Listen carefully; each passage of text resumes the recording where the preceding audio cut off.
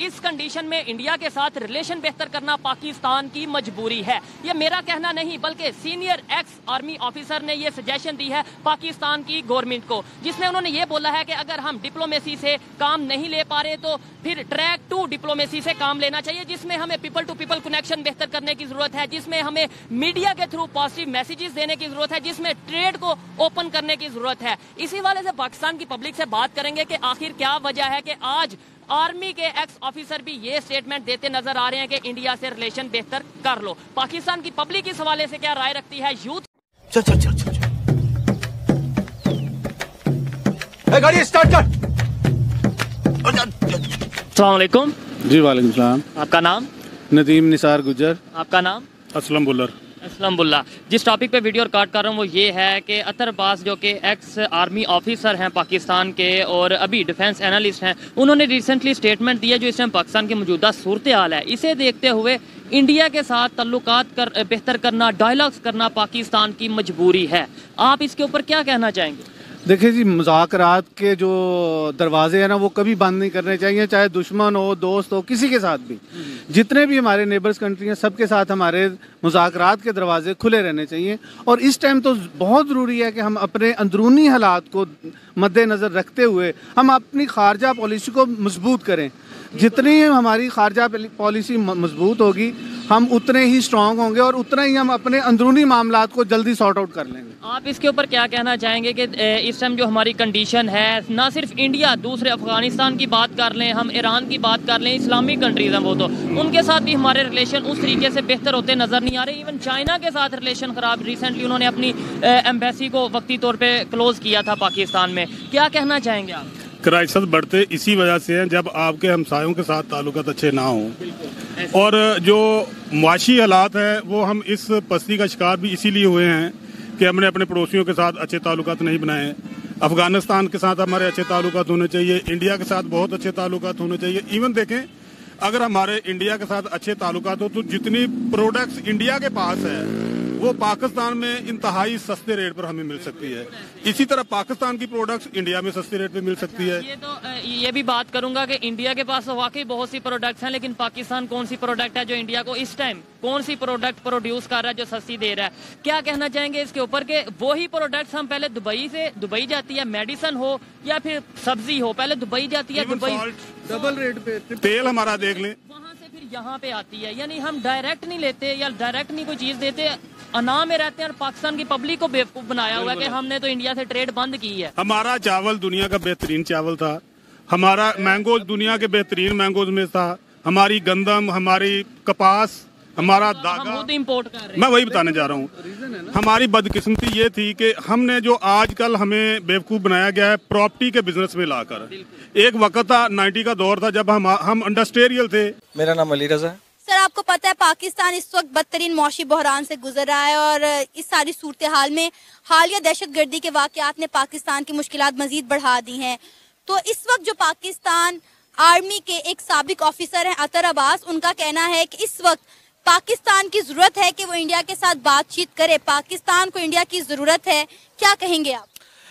मैं इस बात पे ये कहना चाहूँगा, देखें जो अतर अब्बास है, पहले तो उन्हें ये बताना पड़ेगा ना दुनिया को कि हमारी जो फॉरेन पॉलिसी है वो पॉलिटिशियन डिसाइड करते हैं या एस्टेब्लिशमेंट डिसाइड करती है। अगर हम देखें, हिस्ट्री को देखें तो हमारी फॉरेन पॉलिसी हमेशा एस्टेब्लिशमेंट ने की है डिसाइड। तो एस्टेब्लिशमेंट हमारे कौन होता है? वो एक आर्मी चीफ होता है। अब कहें कि वो कोर कमांडर डिसाइड करते हैं, नहीं, ये एक आर्मी चीफ वो अपना डॉक्ट्राइन लेके आता है, जैसे कि बाजवा डॉक्ट्राइन था हमारे मुल्क में, अब हाफिज डॉक्ट्राइन आ गया मेरे ख्याल से। तो अब ये है कि अगर हम हिस्ट्री में जाए तो दो वाकयात होते हैं। एक दफ़ा मोदी आता है इस मुल्क में, एक पठानकोट वाकया होता है। ये दोनों को आप देखें, रिलेट करके देखें। मोदी आया तो उसके 6 महीने नहीं गुजरे तो पठानकोट हो जाता है। अच्छा। तो इसका क्या था? मोदी ने तो मेरे ख्याल से आया इधर नवाज शरीफ के घर, तो मेरे ख्याल से एक अच्छा जेस्चर दिया उसने कि उसने अपना स्टांस क्लियर किया कि जी हम दोस्ती रखना चाहते हैं, कोई मसला नहीं। और पठानकोट किसने कर दिया? वो पठानकोट देखें, अब हमारी देखें आर्मी का एक अच्छा असूल है, वो मीडिया अच्छा कंट्रोल कर ले। आप कहना क्या चाह रहे हैं? अब मैं ये कहना चाह रहा हूँ कि देखिए हिस्ट्री में हमारी इंडिया से किसने नहीं बनने दी। अच्छा। वो तो इनकी बरादरी है ना, वो कोई देखे पॉलिटिशियन तो नहीं है। अब नवाज शरीफ करप्ट है, नो डाउट, ये माननी, ये तो फैक्ट है, लेकिन उसने हमेशा इंडिया से बनाने की कोशिश की। लेकिन हमें बताया गया कि नवाज शरीफ गद्दार है, नवाज शरीफ को हमेशा गद्दार कर दिया गया और ये कहा गया कि नवाज शरीफ इंडिया का जो यार है वो गद्दार है। अब देखो जब हमसाये से लड़ाई होती है ना तो फिर दोनों घर तरक्की नहीं कर सकते, ये तो बात पक्की है। लेकिन सर इंडिया तरक्की कर रहा है, आप ऐसे ना कहें। देखें मैडम, हाँ वो इसलिए कर रहा है कि वो अपने आप के साथ मुखलिस है। हम अपने आप के साथ मुखलिस ही नहीं है। उनकी आईटी इंडस्ट्री देख लें, दुनिया को इतना, उनकी एक कंपनी है इन्फोसिस, वो एक सॉफ्टवेयर हाउस है, वो इतना रेवेन्यू जनरेट करके देती, वो हमारे डेप्थ से ज्यादा है। सर इसीलिए तो हमारी आर्मी अब कह रही है कि हमें भारत के साथ अब बातचीत करने की जरूरत है, भारत के साथ ताल्लुकात बेहतर करने की जरूरत है, क्योंकि भारत वो मुल्क है जिससे पूरी दुनिया फायदा उठा रही है सिवाय पाकिस्तान के। देखें पहले तो जो हमारी आर्मी है ना, उसको ये डिसाइड करना पड़ेगा कि इस मुल्क को चलाना किसने, उन्होंने चलाना है या पॉलिटिशियन ने चलाना है। पहले ये डिसाइड करें, बाद में बार बार किसी से बात करें। पहले आर्मी को ये चाहिए कि वो डिसाइड करे कि इस मुल्क में रूल ऑफ लॉ होना है या वीगो डाले हुए हैं। मेरे ख्याल से हमारे जो रूल ऑफ लॉ इतना नहीं। अस्सलाम वालेकुम। वालेकुम अस्सलाम। आपका नाम? जहीरुद्दीन। क्या करते हैं? मैं काम करता हूँ। काम करते हैं? जी, क्या काम करते हैं? प्लास्टिक की फर्म में काम करता हूँ। में काम करते हैं, ठीक है। टॉपिक जिस पे वीडियो रिकॉर्ड कर रहा हूँ वो ये है कि पाकिस्तान के एक्स आर्मी ऑफिसर हैं, अभी डिफेंस एनालिस्ट हैं, उन्होंने पाकिस्तान गवर्नमेंट को ये एडवाइस दी है कि जो इस टाइम पाकिस्तान की कंडीशन है ना, पाकिस्तान के लिए ये बहुत ज़रूरी है, मजबूरी है कि वो इंडिया के साथ अपने रिलेशन बेहतर करे, अपने डायलॉग को दोबारा से रीस्टार्ट करे। क्या कहना चाहेंगे आप इसके ऊपर? मसला ये है कि जिस डायलॉग किस चीज पे, उसमें एक कश्मीर का मसला है, जब तक वो हल नहीं होता तो डायलॉग का तो फायदा ही कोई नहीं। यानी आप क्या कहना चाह रहे हैं कि जब तक कश्मीर का मसला हल नहीं होता हम ट्रेड ना करें? इसी वजह से तो हुआ है सारा जो मसले चल रहे हैं। आपका कहने का मतलब यह है कि जब तक कश्मीर का मसला हल नहीं होता जी, हम जी। ट्रेड ना करें, हम बात ना करें, हम तल्लुकात ना बनाएं। बिल्कुल। आपको नहीं लगता कि दुनिया के बहुत से कंट्रीज हैं, अगर फॉरेन कंट्रीज अपना यूरोप की बात करें, यूरोप को भी छोड़ें, इधर इंडिया और चाइना की बात करें, उनका भी लद्दाख का इशू चल रहा है। जी जी जी। लेकिन वो तो ट्रेड कर रहे हैं। हाँ वो तो ट्रेड कर रहे हैं, उनका और मसला है।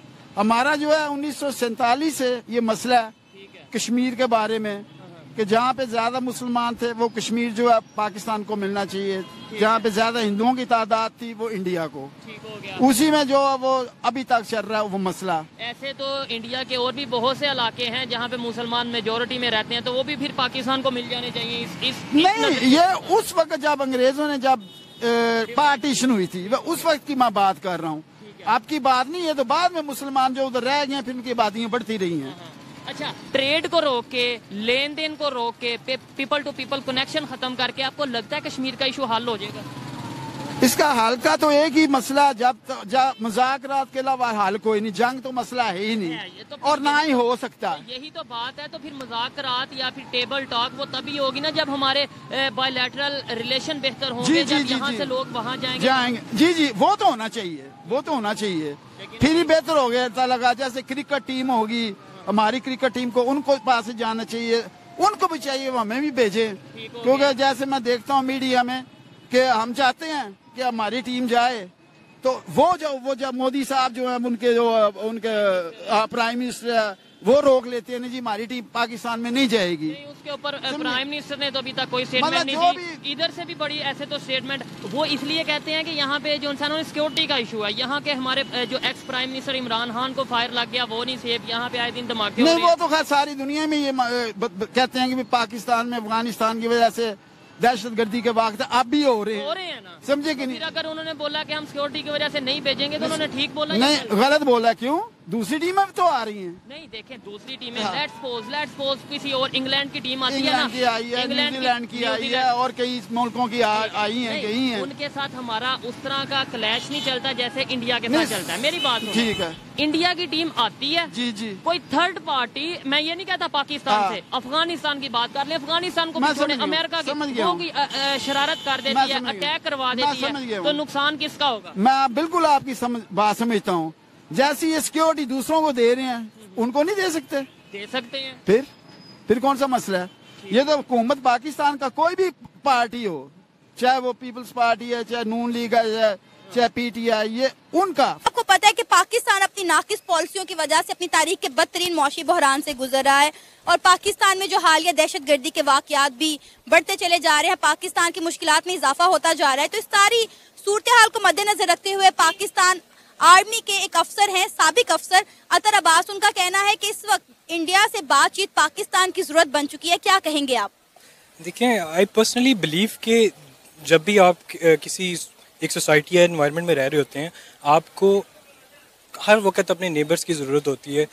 आपको एक ताल्लुक तो ऑफ कोर्स हमें करना चाहिए और बनाना भी चाहिए, लेकिन अब जो ताल्लुक जो डिपेंड होता है वो इस चीज़ पे डिपेंड होता है कि जो सेकंड पार्टी है वो आपको किस तरह ट्रीट कर रही है, इधर इकोनॉमिकली, बेनिफिशियली। और of course I think trade करने के लिए हद तक तो ठीक है, लेकिन आई गेस इस हद तक ठीक है कि आप दोनों को अपनी डोमेन सेट करनी चाहिए कि किस लिहाज से आप कितना ताल्लुक रख सकते हैं और कितना नहीं।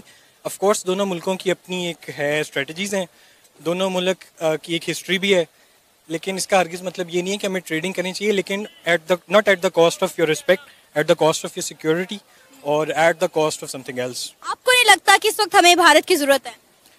एट ज़रूरत तो आपको नहीं है, पर बट यू कांट लिव, आप एक आइसोलेशन में नहीं रह सकते।